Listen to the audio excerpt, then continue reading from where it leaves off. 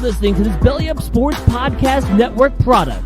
Some said we go belly up, so we made it our name, and we're still here.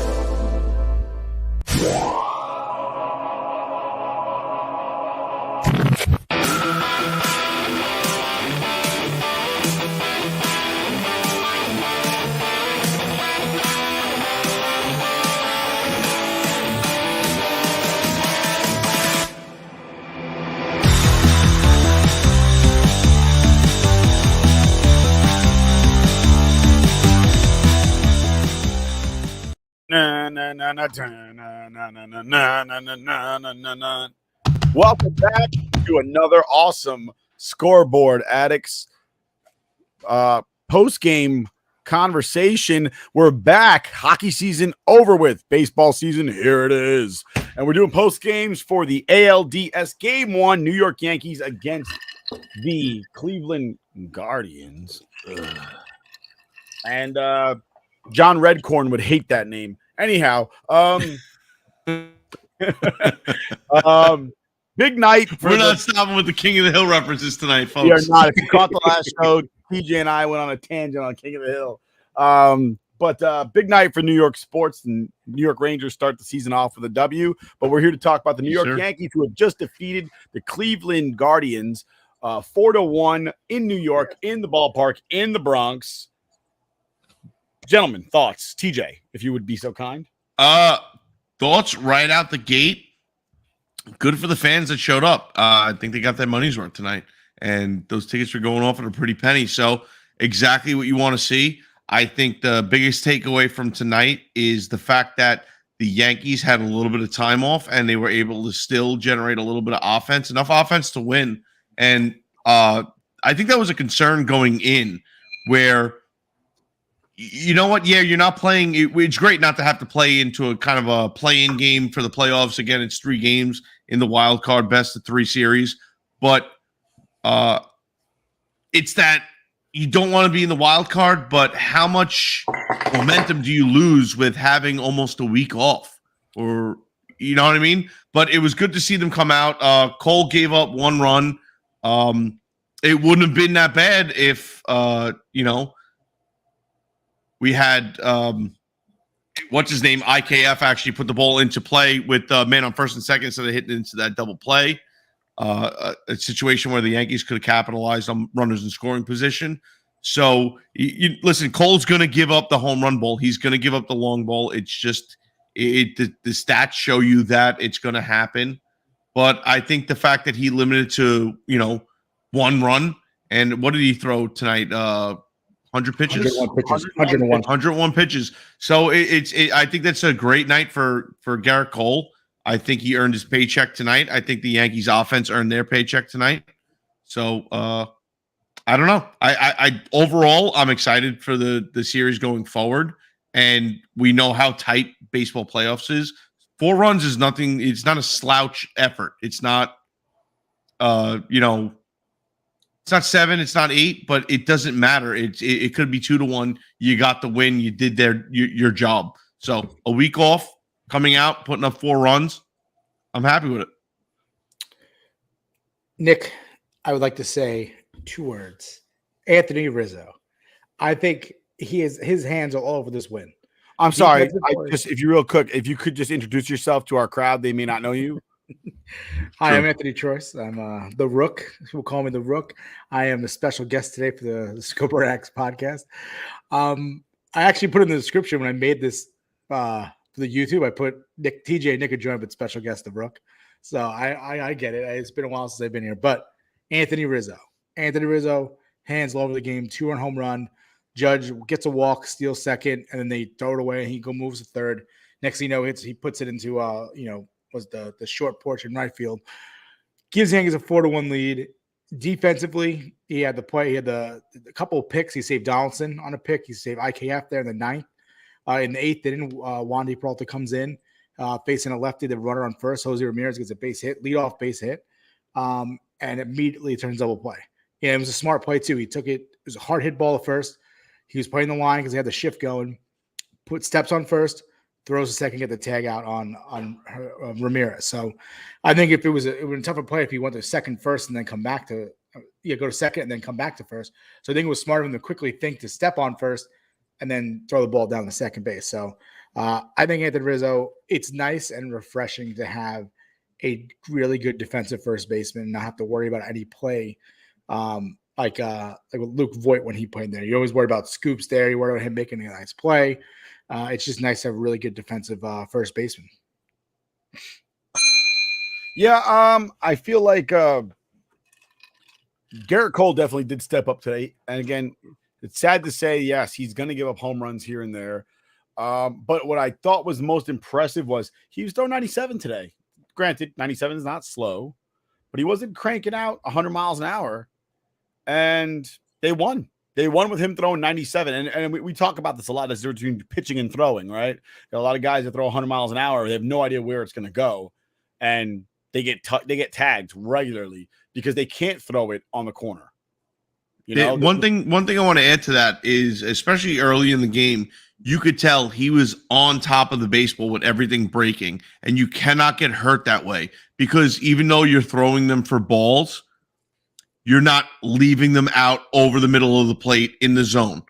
He was on top of that baseball for the breaking stuff. He was throwing it with, that just definition of a snap hook curveball. And again, for the first 3 innings, I don't know if he threw any strikes with a breaking pitch, but it was enough to get strikeouts nonetheless. And I would rather see a pitcher throw curveballs and have players lay off of it because you're too much on top of the ball, especially at the start of the game, than being too weak with them and giving up home runs on just curveballs that don't curve.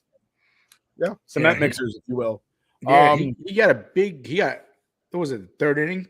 Did the bases loaded, 1 out, and that was a big inning for him to get out of that. At that point, I'm thinking to myself, I'm like, this is gonna be Garrett Cole again. Base knock comes in, they're gonna just give. That could have been brutal. Runs. It could have been terrible, and it could have been terrible for his psyche too, because he's kind of one of those mental guys. He's all pitchers are, but he had a terrible outing against the Red Sox last year. It would have been devastating for him, I think, as a pitcher to be like, I can't fucking perform in the postseason now. Right, and going forward, you want him to be mentally prepared for Game 6, right? You want him to be in the zone and feeling himself. And I think after tonight, he's definitely feeling himself going in. If it makes it to Game 6, I think he's feeling himself, and has all the confidence in the world, and he should. Yeah, I agree. I think he pitches again in 5, but Game 5. I gotta say, is there anybody who looks like they hate baseball more than Garrett Cole? He's so serious. The guy just looks like he hates baseball. Like, it's weird. You look at a 1-2 like him and Nestor Cortez. Nestor Cortez he looks like nobody could be having more fun than him playing the game of baseball. Whereas Garrett Cole looks like the most miserable human being. Like, he looks like, why are you torturing me for making me be out here right now? Like, just watching him play baseball is really just difficult for me because he takes no enjoyment in it while he's doing it ever. Yeah, I think he's watching baseball. He doesn't enjoy playing baseball. He's all business and stress, where Nestor Cortez is that guy sauntering out to the mound like, I get to play baseball today. What? Nestor Cortez is that guy going, I wonder what happens if I mix a curveball with a fastball, but throw it like a changeup. Let's find out. Well, I wanted to ask you guys this question. So MVP at Game 1. You know what you're thinking? Illegal. Who do you guys got? MVP of Game 1 for the New York Yankees. Garrett Cole. 6 1/3. Yeah, you gotta go Cole. 101 pitches, 8 strikeouts, 1 earned run, 1 walk, and he got out of that huge jam that could have been worse. That was bad defense right there with Rizzo going home, getting no out there, and then Trevino getting nothing at third to make the bases loaded with less than 2 outs. That was bad baseball. TJ and I were looking at each other like, I just can't believe they hit a ground ball to first base and got no outs. Yeah, none. That was brutal. That was a bad play. Anthony Rizzo, I said before how good he was defensively. That was like a mental error from him. Listen, he saved the run. So I understand snapping it to home, but somebody also has to be communicating to the catcher dude, he's going back to third. Screaming 3. It's as easy as screaming the number 3. Like fucking the count. 3. Like, how hard is it? It's not that difficult. Scream 3 because he snapped down and bent down like he was waiting for a tag, and there was nobody sliding into him. and it essentially cost him an out. If they were screaming 3 at him the whole time, he would have known to snap it to 3, and then we got him in a pickle, easy out. You said the count, and I was like, "Who?" And then you said 3. Oh. And it clicked. I really had no idea what you were talking about. Come on, man! It's Sesame Street. Can you tell me how to get to Sesame Street? Count, like the fucking the count, like 3 and 2. Like, what the hell are you talking about? Oh my God. I guess we all agree. Garrett Cole's MVP of Game 1, and Nick doesn't watch Sesame Street. Unbelievable. I watch Sesame Street. I just haven't watched it. He's been watching since he was a child. Years. For 32 years. Yeah. I watch Sesame Street every day, so I got the joke. I would never watch that woke ass shit these days. I actually just went to Sesame Place over the weekend, and it was a really fun time. Did you? How was it? Was it packed? It was actually packed because it was Halloween. They did like costumes and stuff, so it was pretty cool. They give out candy, you walk around, you get trick or treating with the they have like pumpkins set up. It's actually pretty cool. Did you sing Elmo's song? No, we didn't see Elmo's song live, which is upsetting. Oh, you didn't. They had a special Halloween show with the Count. He was like he was hosting it, and at the end, Elmo came out in a Michael Jackson leather, like the jacket, and he did the Michael Jackson dance. I was like, Elmo Thriller dance. He should not be touching himself. Elmo did the whole fucking crotch grab and everything. That's terrible, especially given the the optics of the fact that didn't the guy that used to puppet Elmo was like molesting kids. I don't know. I think one of them, or supposedly one of them. Jesus. No, it was the dude that operated Elmo. It was the guy that had his hand up Elmo's ass.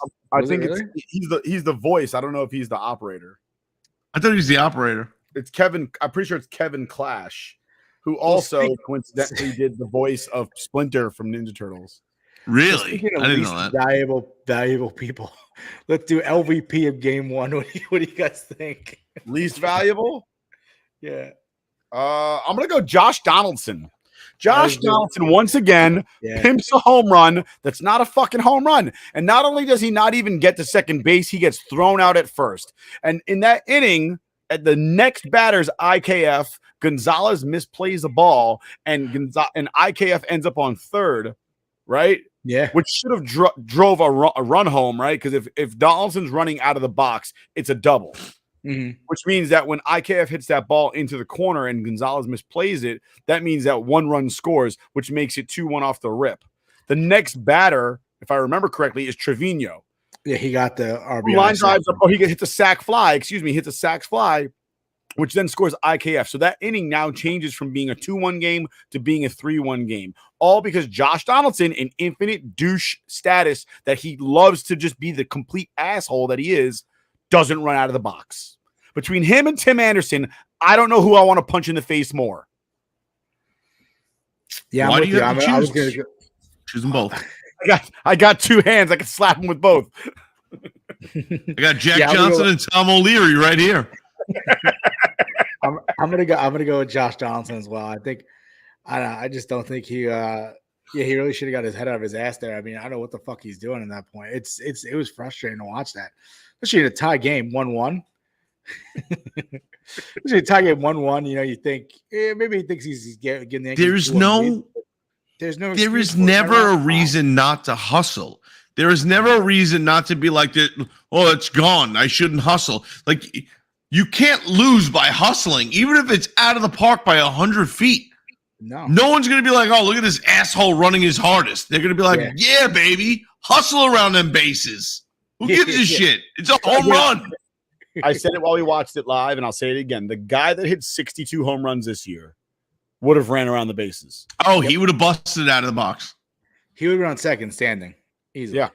That's how much he would have busted his ass. So I not to match you guys, and I agree with both of your picks for obvious reasons, but to keep it a little different, I think he made it up through the rest of the game. But IKF again, dude, bullshit error. Like, stay down on the ball. It's shortstop is not new to you. Just stay down and pick up the ball and throw it to first. I don't understand why he struggles on routine plays, and that's a problem. And that's going to hurt the Yankees in the long run of the playoffs.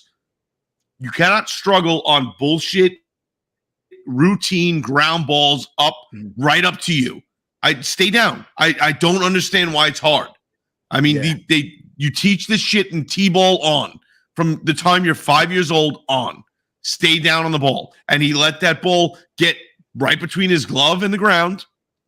And it could have had the potential to screw the Yankees. And then again, man on first and second, he hits into the most routine double play in the world. Yeah. So it's just, I'm sorry. You can disagree with me, and maybe I'm wrong, and I hope I'm wrong. IKF isn't that shortstop that you want to have on your team. And what I mean by that is there's no spark there. There's nothing special about him. He's a okay player that can fill a gap. He's a stopgap player. You know what I mean? He's exactly what he is. Honestly, there's nothing special about him. And if anybody else better comes along, you take him right away. I think he's playing out of position. The long and short of it. I mean, the Yankees. Brian Cashman loves to do that. He loves to play guys out of position, and he likes to pay guys less money to play out of position. And he thinks he's a genius for it. IKF won a Gold Glove. That is correct. At third base, he won a Gold Glove playing third base, just like he wanted Glaber to be a freaking shortstop. And he's not a shortstop, and he wants DJ playing every position, but the one that he won a Gold Glove at, right? Second base is where they won a Gold Glove. He's got Judge playing center field the majority of the season because he was too stupid to get a center fielder that was serviceable before the season even started. So many different guys on the team right now. And even Oswaldo Cabrera, somebody like Oswaldo Cabrera, I'm pretty sure he's more valuable as like an infielder than he is an outfielder. Oh, yeah, he is. He's actually, I think he's a better infielder than he is outfielder. But I mean, he's playing well. I like Oswaldo Cabrera, but he made a nice play down the line, lost his hat on a foul ball, giving his all, going to get that ball, but he got it. Lost his hat in the process, but he got it. He had himself a decent day. Maybe not the best at bats in the world, but he had himself a decent day. What I want to say about IKF too, remember there was a week where they brought up, I think when Cabrera first came up, he was playing short, and they put IKF at third, and he had like his best hitting week. He hit the grand slam against the Twins. He was playing really well at third base. It's exactly what you guys are saying. He's out of position, and he shouldn't be a shortstop. I'm not saying he shouldn't be a shortstop. He's capable of playing shortstop, but he's not like not a shortstop. He's a stop. He's, as you said, he was a gap stop. You said, like, that's I mean, stopgap. It's exactly what he is. Just because you're capable doesn't mean you should do it. You could drive a car with your fucking feet if you want to. I agree. That doesn't make it a good fucking idea, all right? Just because you have an 8-inch dick doesn't mean you should start doing porn. Like, you can That's not true. It 100% means you should do porn. 100%, because the rest of us can't.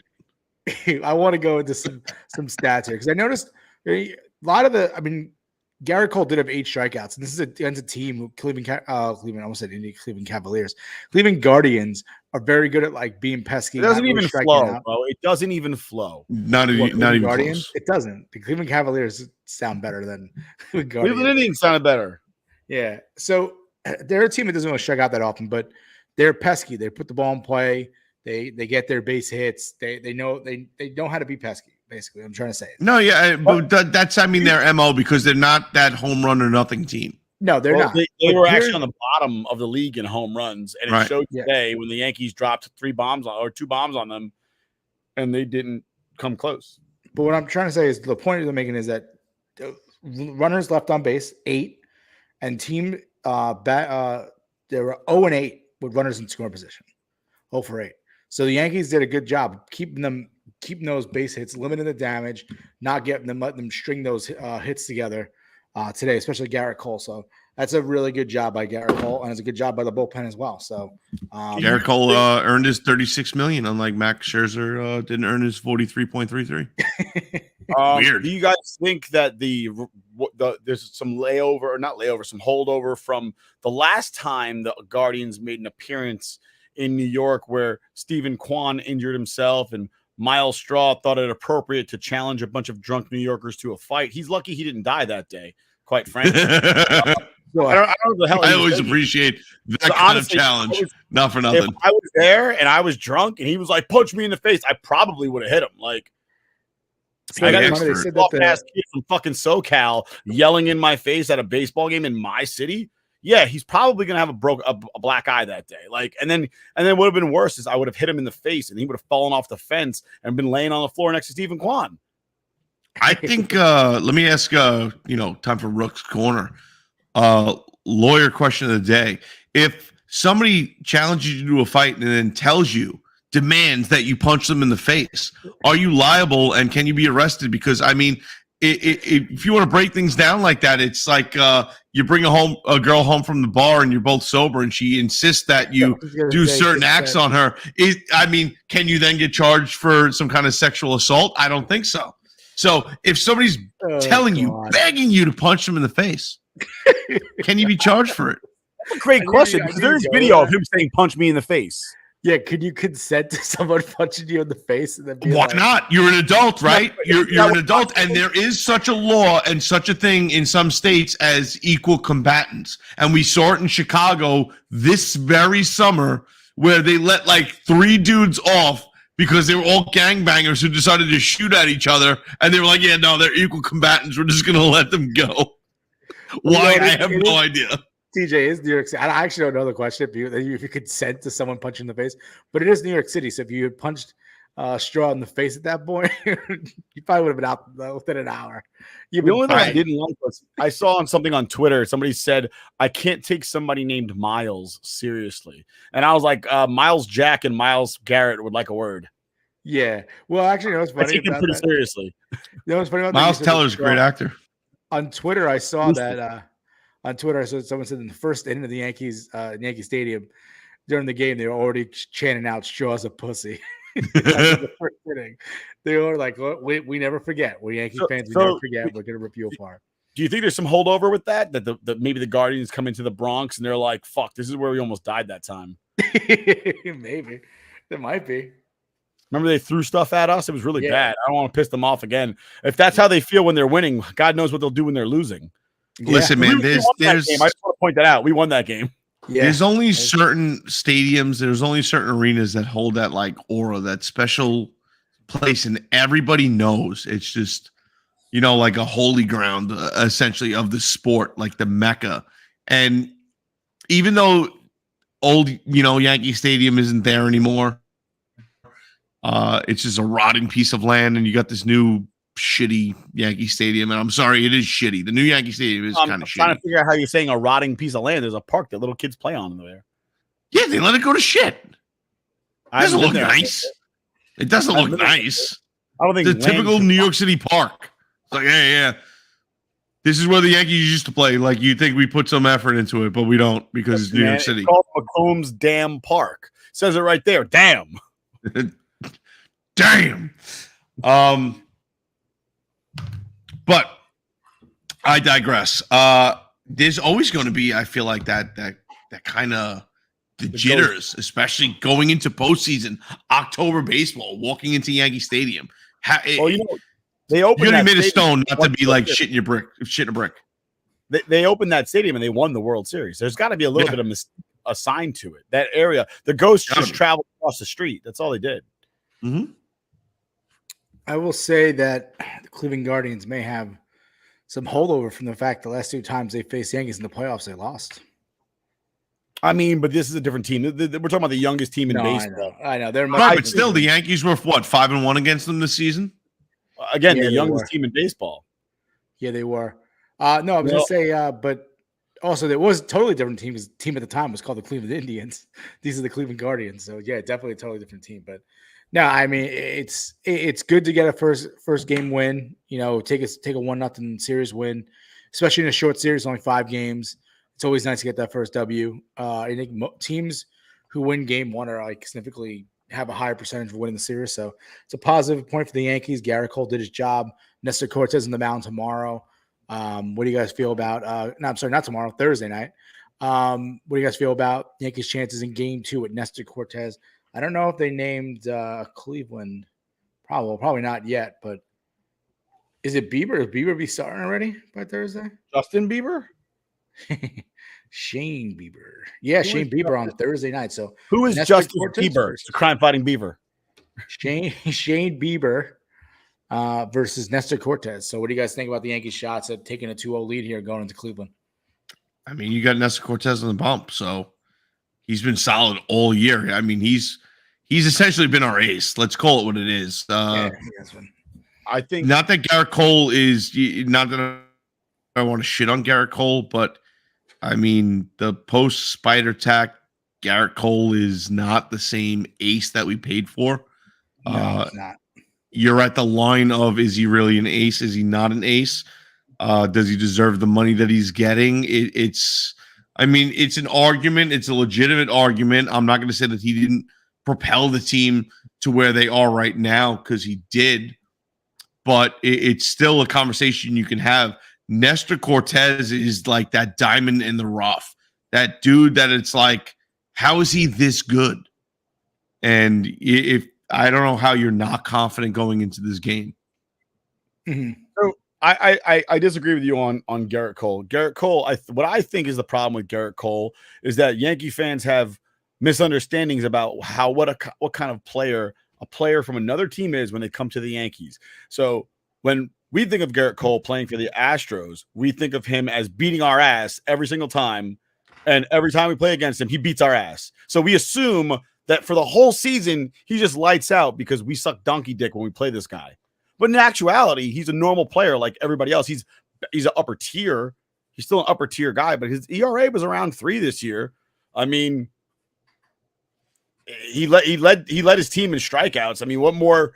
It doesn't really mean much anymore because nobody gives a shit about striking out. But what more do you want from the guy? He has a 3 ERA. I mean, obviously his ERA could have been lower. He had a rough for the money we're paying. 20 wins. Yeah, but again, wins aren't attributed to pitchers anymore. They don't give a shit about it either.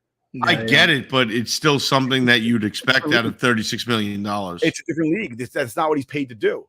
That's not what he's paid to do at all. What he is paid to win. I'm not saying I agree with it, but that's not what he's paid to do. He's paid to win.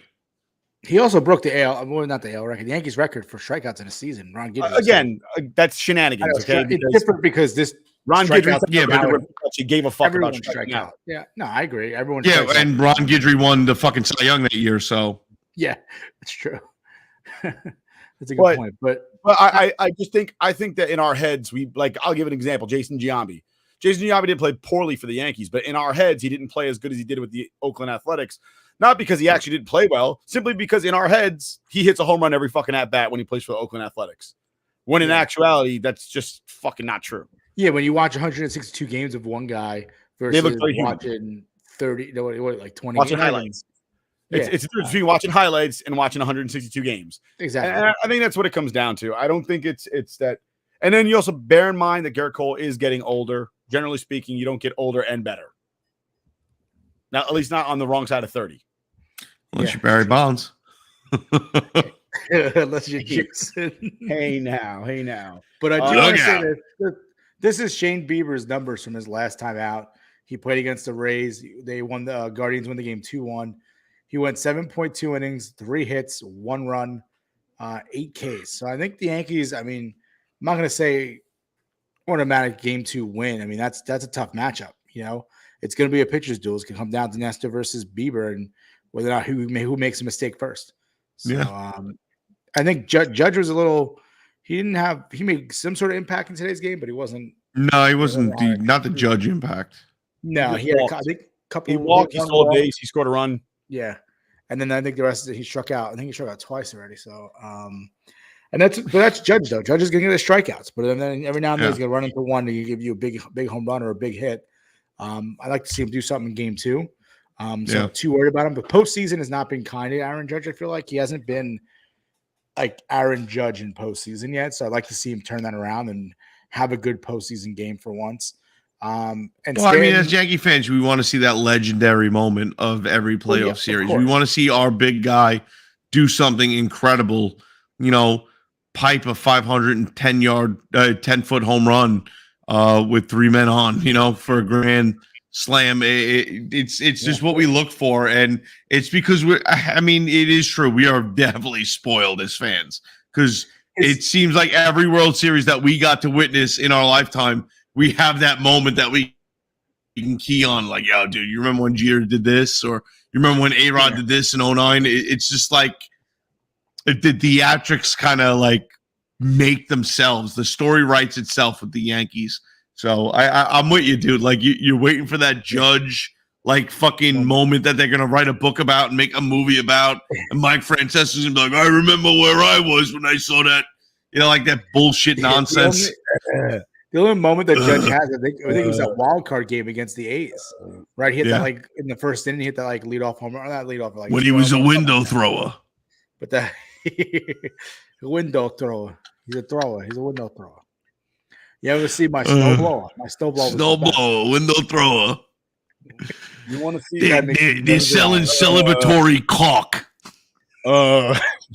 You want to see Judge hit the lights like in The Natural. That's what you want. You want it out there. Dude, I'll never forget. I was watching a compilation of people pranking Mike Francesa. It's amazing.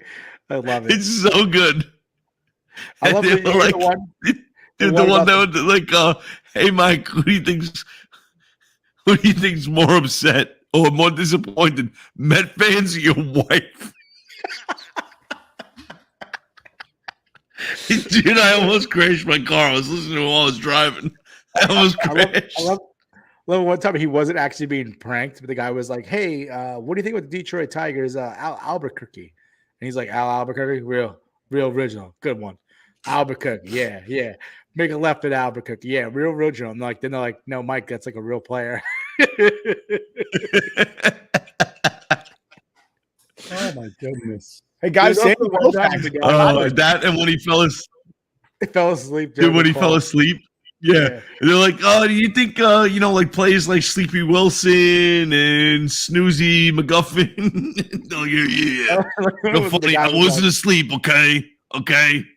The guy was clearly trolling him, and he was like, do you think hey Mike, do you think when the San Francisco Giants come into town, do they have dinner with the New York Giants? And like the guy, he's like, that's what you call about? He's like, that is the dumbest. The two teams have nothing to do with each other, okay?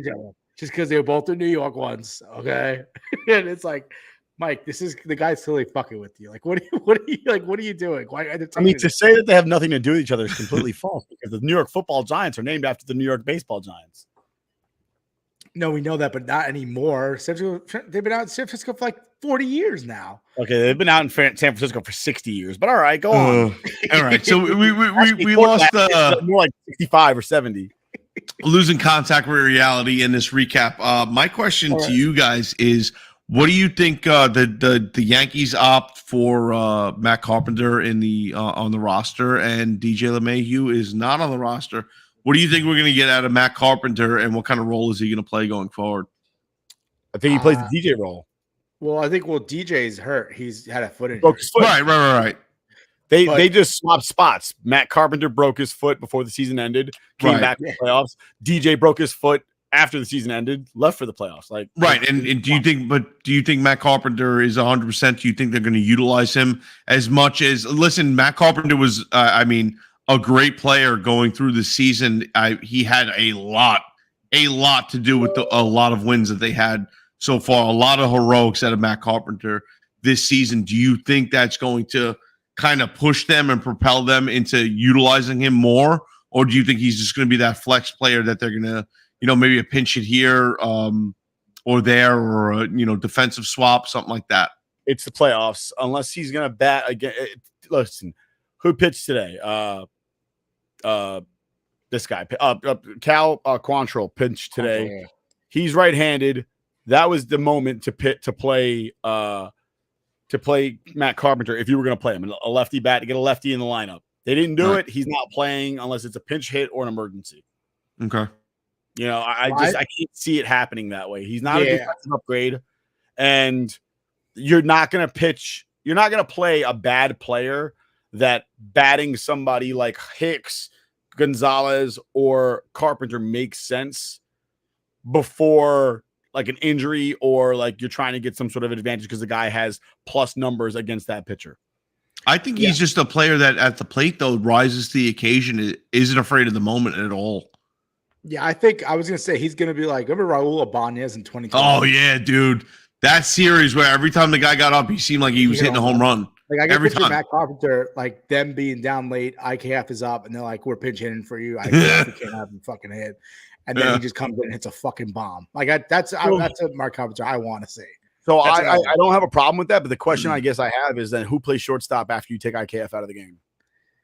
You move Glaber over, and then you play Marvin Gonzalez. I you know what? We clown on IKF, but he is the guy that would get the big hit in the 8th inning to win the game.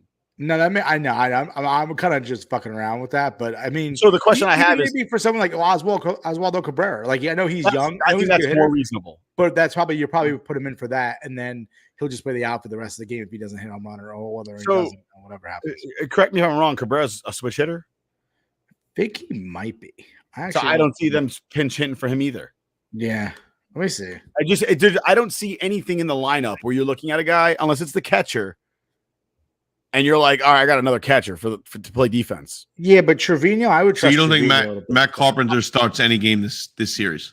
I don't think so. I definitely don't think he starts. He's definitely just a bench guy to come in, like have a big hit or something like that. He might play. Dude, I mean, I could be wrong, and I understand the defensive argument, but I think he should start a game. At least one game, if not two. But who's going to sit down to do what? I understand, but the Yankees put themselves in that position. They're going to have to make a tough decision and throw him out there. They don't have to make a tough decision. This guy hasn't played in a month. They don't have to make a tough decision at all. I get it, but he's probably one of the most solid Yankees through the entire season until he got hurt. He hasn't played in a month. He hasn't played in more than a month, like 2 or 3 months. All right, Sal, easy Sal with the dude. No, it's dude. I just think the guy has the ability to rise to the occasion. He has that spark of the.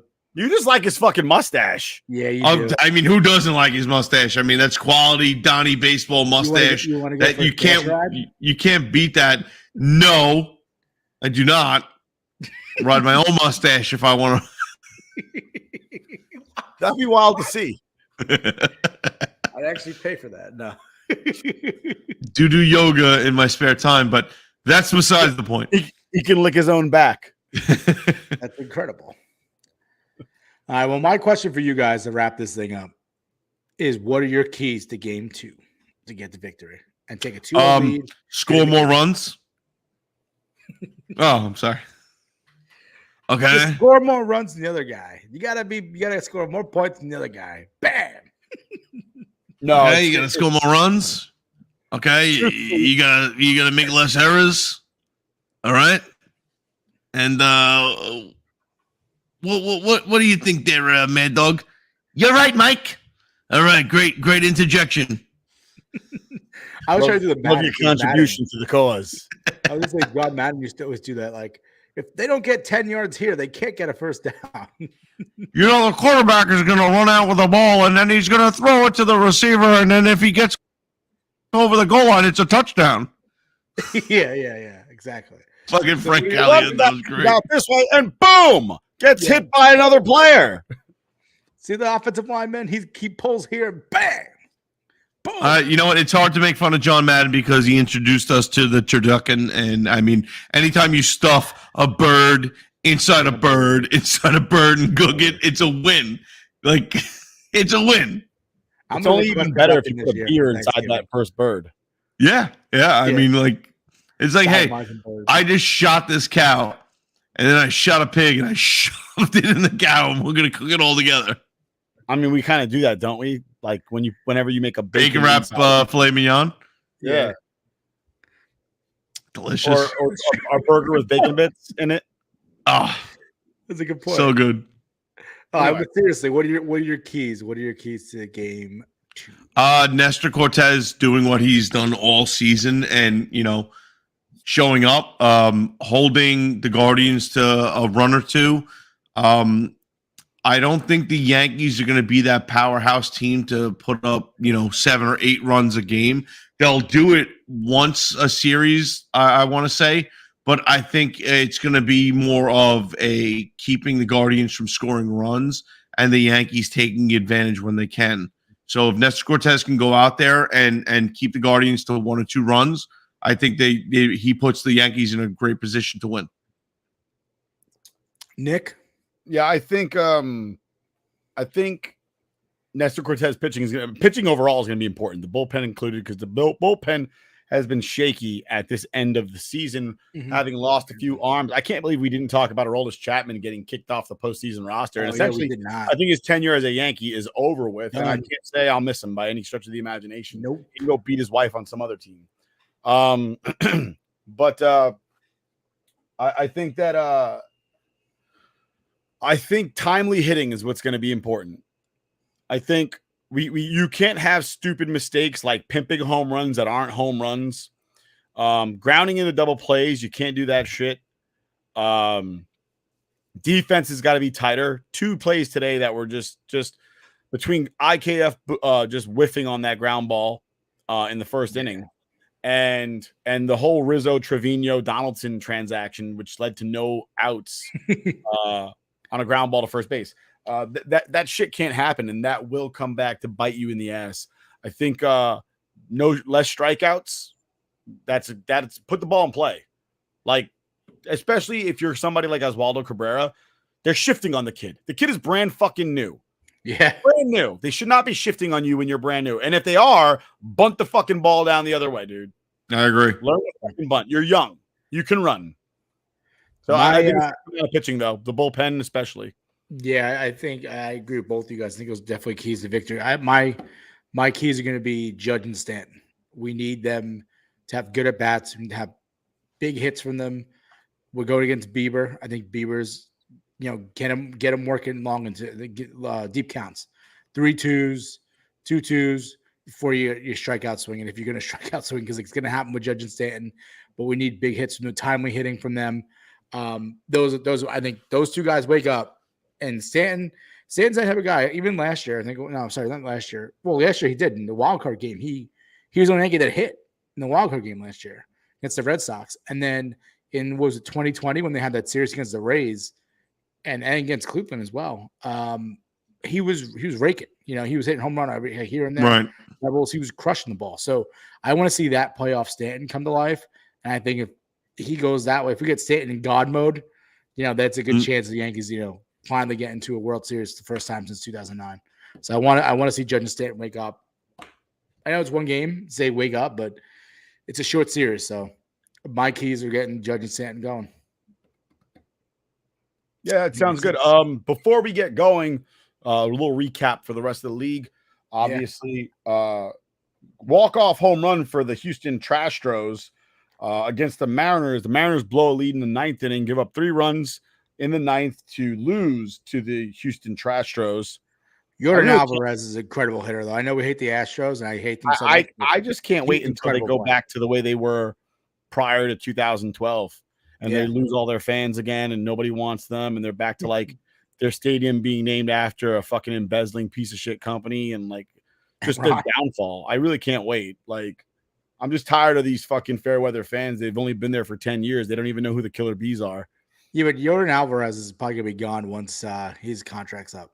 Because he's a great fucking player. He's a good player. Can't hate on him. The Phillies beat the Braves. That was a surprising game. And the Braves actually came back. They were down. They came back. And then right now we've got the Padres at the Dodgers. Mike Clevenger got slapped around like a baby back bitch. Oh, I actually just wanted to say this. The guy who was pitching for the Padres looked like the guy from what was it? The rookie of the year or Little Big League? Little Big League. Who's the guy who plays first base? The redhead. Lou? Yeah, Lou Collins. The pitcher like Lou Collins. Do you see him walk off the mound? Look him up. No. He looks like Lou Collins. He looked like Lou Collins. He has the beard and everything. It's really funny. Ask your mom to marry me. Ask your mom to marry me. Ask you. She said to ask you. That is just piss poor defense right there. Will Myers just hit a home run, making this game 5-1 Dodgers here in the top of the 5th. Again, Mike Clevenger started off 2 2/3 innings, 6 hits, 5 runs, 4 earned, 2 walks, 3 strikeouts, 1 home run, resulting in a 13.5 ERA. On the bump for the Dodgers, we're looking at Jose Urias, He's pretty good so far. He's going 4 innings pitched, 1 hit. He just gave up that dinger. So now it'll be 2 hits. Hit. It'll be the 2 hits now. Oh, 2 hits. Game is far from over at this point, but it looks like Dave Roberts is saying maybe that wasn't a home run. What? Maybe a fan reached over and caught that ball. Sandy Koufax is at the game tonight. Oh, really? Oh, look, there's Francisco Cervelli. What is he? Is he like a coach now? Or is he a backup catcher?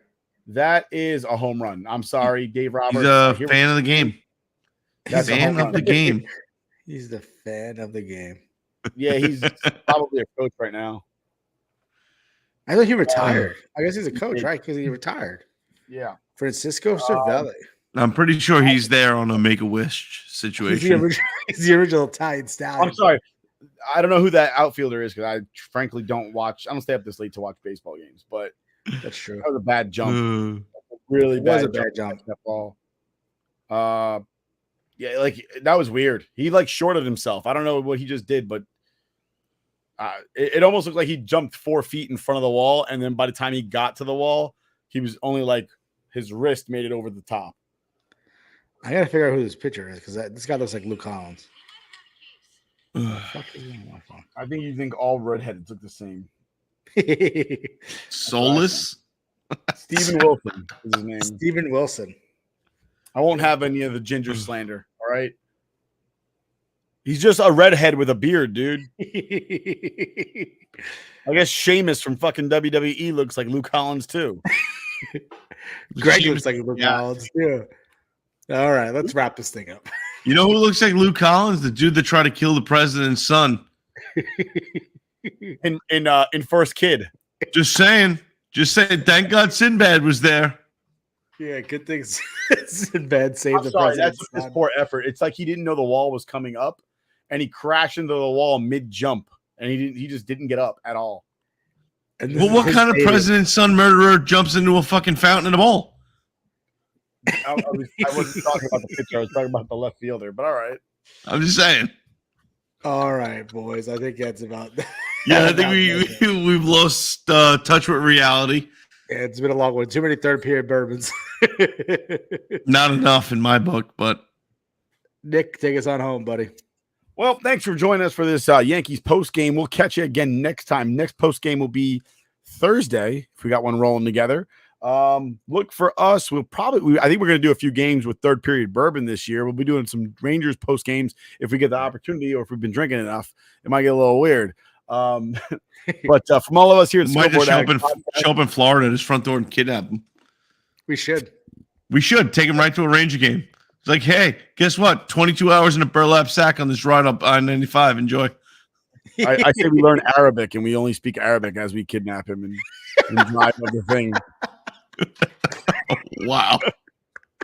We're driving up 95 with this Marine in the back of a van, speaking only Arabic. To learn Arabic, Jesus. With just the heat blasting in the back. Start waterboarding him. Jesus, terrible. This is how people get canceled. Worst prank ever. He breaks out and kills 2 of us. Oh, shit. 2 of us? All right, which 2? I don't know. I mean, you never kill the driver, so. Yeah. Well, from all of us here at the Scoreboard Podcast, just remember, if you're going to kidnap somebody, make sure you're the driver. Yeah, I agree. Next time.